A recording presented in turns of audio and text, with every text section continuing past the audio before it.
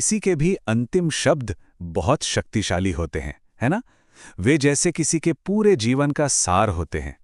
लेकिन जरा सोचिए, अगर किसी के आखिरी शब्द एक अंत की बजाय एक नई शुरुआत का इशारा हो तो? आज हम क्रूज पर हुई एक ऐसी ही बातचीत को समझेंगे जिसने असल में एक बिल्कुल नए तरह के परिवार को जन्म दिया। पारंपरिक रूप से माना जाता है कि क्रूस से यीशु के 7 अंतिम शब्द आए। ये शब्द क्षमा, मोक्ष और पीड़ा जैसे बहुत गहरे विषयों को छूते हैं, लेकिन आज हम अपना ध्यान सिर्फ एक पर केंद्रित करने वाले हैं, जिसे संबंध का शब्द कहा जाता है। तो इस बातचीत को ठीक से समझने के लिए हमें पहले उस माहौल को समझना होगा जिसमें ये हुई थी। चलिए उस समय में वापस चलते हैं। देखिए, ये कोई शांत निजी पल बिल्कुल नहीं था, बल्कि ये एक सार्वजनिक और बहुत ही क्रूर घटना थी। यीशु को सूली पर चढ़ाया जा रहा था और उनके चारों तरफ ना अफरा तफरी, ताने और नफरत का माहौल था। सैनिक, धार्मिक नेता सब उनका मजाक उड़ा रहे थे। और उस पूरी अराजकता के बीच एक छोटा और वफादार ग्रुप उनके पास खड़ा रहा। यीशु की माँ, उनकी मौसी, कुछ और महिलाएं और शिष्य यूहन्ना। जरा सोचिए, ऐसे खतरनाक माहौल में वहां खड़े रहने के लिए कितनी हिम्मत चाहिए होगी, क्योंकि यीशु से जुड़ा कोई भी अगला निशाना बन सकता था। और इसी छोटे से ग्रुप के बीच, उस भयानक दर्द के पल में, यीशु ने कुछ कहा। और यहीं पर हमारी आज की कहानी का सबसे अहम हिस्सा शुरू होता है। जरा इन शब्दों पर गौर कीजिए। ये एक सीधा, व्यक्तिगत और एक दूसरे से जुड़ा हुआ आदेश है। उन्होंने अपनी माँ को एक नया बेटा दिया और अपने सबसे करीबी शिष्य को एक नई माँ। ये कोई सुझाव नहीं था, ये एक तरह का निर्देश था।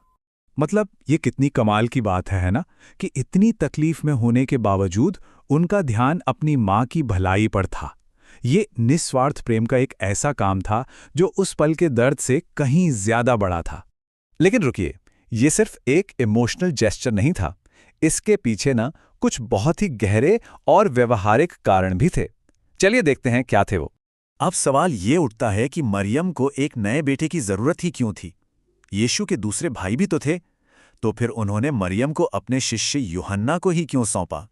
देखिए, उस वक्त का समाज आज जैसा बिल्कुल नहीं था। एक विधवा जिसका सबसे बड़ा बेटा मरने वाला हो, वो सामाजिक और आर्थिक दोनों ही तरह से बहुत असुरक्षित हो जाती थी। उस समय यीशु के भाई उन पर विश्वास भी नहीं करते थे। इसलिए यीशु ने यह पक्का किया कि उनकी मां की देखभाल कोई ऐसा करे जिस पर वो पूरा भरोसा कर सके। तो ये कोई बस यूं ही कही गई बात नहीं थी। ये एक सोची समझी, लगभग एक ऑफिशियल जिम्मेदारी सौंपने जैसा था। यीशु बहुत ही प्रैक्टिकल तरीके से अपनी मां के भविष्य का इंतजाम कर रहे थे, ताकि उनकी मौत के बाद उन्हें अकेला ना छोड़ दिया जाए। तो अब देखते हैं कि कैसे ये एक पर्सनल एक्ट एक यूनिवर्सल सिद्धांत बन गया, जो आज भी हमारे लिए मायने रखता है। यहां क्रूस पर यीशु एक तरह से परिवार की परिभाषा ही बदल रहे थे। अब परिवार का मतलब सिर्फ खून का रिश्ता नहीं था, ये विश्वास और आपसी जिम्मेदारी का रिश्ता था। उन्होंने अपने अविश्वासी भाइयों की जगह एक वफादार शिष्य को चुना, ये दिखाने के लिए कि आध्यात्मिक बंधन कभी-कभी खून के रिश्तों से भी ज्यादा मजबूत हो सकते हैं। एक मशहूर धर्मशास्त्री हैं फ्लेमिंग रटलेज, वो इस आइडिया को और भी साफ तरीके से समझाते हैं। ये सिर्फ एक परिवार के लिए नहीं था, बल्कि एक नए समुदाय यानी चर्च के लिए एक मॉडल था, जहां रिश्ते जन्म पर नहीं बल्कि विश्वास पर आधारित होते हैं। और असल में यही वो सबसे जरूरी सिद्धांत था जो यहां स्थापित हो रहा था, एक नया आध्यात्मिक घर जो आपसी जिम्मेदारी और देखभाल पर बना हो। तो ठीक है, ये तो हुई 2000 साल पुरानी बात, पर आज इसका क्या मतलब है?